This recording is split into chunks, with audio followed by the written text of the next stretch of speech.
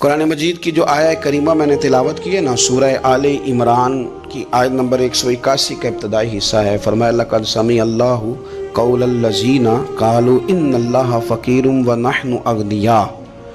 فرمایا بے شک اللہ نے سن لیا ہے جن لوگوں نے یہ کہا ہے کہ اللہ فقیر ہے اور ہم غنی ہیں، معاذ اللہ، اللہ نے سن لیا ہے۔ یہ سورہ آل عمران ہے۔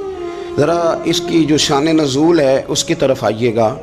حضرت صدیق اکبر رضی اللہ تعالیٰ عنہ گزر رہے تھے تو یہودیوں کا بڑا رہنما، مقتدا، بڑا عالم، تورات انجیل جاننے والا، وہ نہ بیٹھ کے یہودیوں کو کچھ پڑھا رہا تھا، سکھا رہا تھا۔ تو حضرت صدیق اکبر توحید پرست، عقیدے کے پختہ، راسخ العقیدہ مسلمان اس کے قریب سے گزرے تو فرمانے لگے، اس کا نام فنحاس تھا، کہنے لگے او فنحاس، تجھے بھی پتہ ہے، تیری تورات میں بھی لکھا ہے، تیری کتابیں بھی جانتی ہیں کہ سچ وہی ہے جو میرے محبوب کریم علیہ السلام ارشاد فرماتے ہیں، جو سید عالم صلی اللہ علیہ وسلم بتاتے ہیں وہ سچ ہے، تجھے پتہ ہے، تو ان لوگوں کو توحید کی دعوت کیوں نہیں دیتا؟ یہ پھر شرک میں، بت پرستی میں، کفر کی طرف بڑھتے جا رہے ہیں، ان کو پیغام توحید دے، یہ اللہ تبارک و تعالیٰ کی عبادت کریں، اس مالک کی جس نے میرے نبی پاک کو اپنا رسول بنا کے بھیجا، اس طرف ان کی رغبت دے۔ تو وہ فنحاس جو تھا اس نے بڑی کفریہ جملے معاذ اللہ بولے۔ وہ کہنے لگا کہ اس رب کی ہم عبادت کریں جو ہمیں کہتا ہے کہ قرض حسنہ دو، اللہ کو قرضہ دو، وہ تمہیں ڈبل کر کے واپس کرے گا۔ صدقات اور زکوٰۃ کا معاذ اللہ اس نے مذاق اڑایا، کہنے لگا اللہ ہم سے کہتا ہے میری راہ میں خرچ کرو، معاذ اللہ استغفر اللہ۔ کہنے لگا اس کا معنی تو یہ ہوا نا کہ ہم غنی ہیں اور اللہ فقیر ہے۔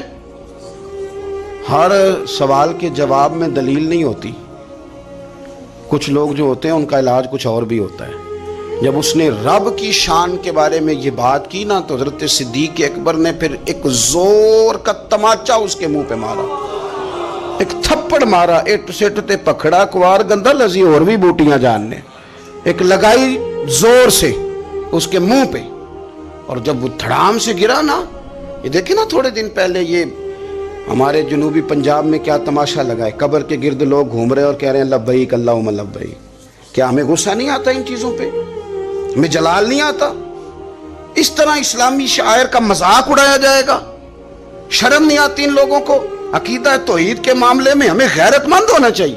میرے رسول کریم صلی اللہ تعالی علیہ وسلم نے ہر گلی ہر چوک میں یہ نعرہ لگایا کہ لا الہ الا اللہ، حضور نے پیغام توحید دیا ہے۔ ہمیں شکن تک نہیں آتی، جو مرضی قوال بک جائے، جو مرضی وہ کفر کہہ جائے، کوئی پوچھنے والا نہیں، جو جس طرح کا مرضی کو شعر پڑھ کے گزر جائے، کوئی طبیعت نہیں، کوئی نہیں پوچھنے والا کہ آپ کہاں کھڑے ہیں، آپ نے کیا کہہ دیا۔ حضرت صدیق اکبر نے تھپڑ مارا۔ اب وہ چونکہ ان کا بڑا مقتدا تھا، پیشوا تھا، وہ حضور سید عالم صلی اللہ علیہ وسلم کی بارگاہ میں آیا اور وہ سارے لوگ آئے، نے آ کے کہا جی ابو بکر نے تھپڑ مارا ہے۔ تو نبی کریم صلی اللہ علیہ وسلم نے فرمایا بلائیے ابو بکر صدیق کو۔ حاضر بارگاہ ہوئے، آپ نے تھپڑ مارا ہے؟ کہا حضور مارا ہے، بالکل مارا ہے۔ کیوں مارا ہے؟ یا رسول اللہ صلی اللہ علیہ وسلم اس نے یہ کہا تھا معاذ اللہ کہ اللہ فقیر ہے ہم غنی ہیں، میرے رب کریم کی شان کے بارے میں یہ اس نے جملے بولے تو میں نے مارا ہے تھپڑ۔ حضور نے فرمایا تو نے کہا ہے؟ کہنے لگا جی نہیں میں نے تو کہا ہی نہیں، میں نے تو نہیں کہا۔ اس کے جتنے لوگ تھے ان سے کہا بھی تم موجود تھے، اس نے کہا ہے؟ وہ کہنے لگے جی نہیں نہیں اس نے تو کہا ہی نہیں۔ عوام مسلمان تھا ہی کوئی نہیں جو جناب صدیق اکبر کی گواہی دے، جو صدیق کی صداقت کے لیے کھڑا ہو، تھا ہی کوئی نہیں۔ جب وہ سارے کہنے لگے جی نہیں کہا ہی نہیں، یہ معاذ اللہ غلط کہہ رہے ہیں، کہا ہی نہیں، جب وہ سارے مکر گئے تو رب کریم کے قرآن نے بولنا شروع کر دیا۔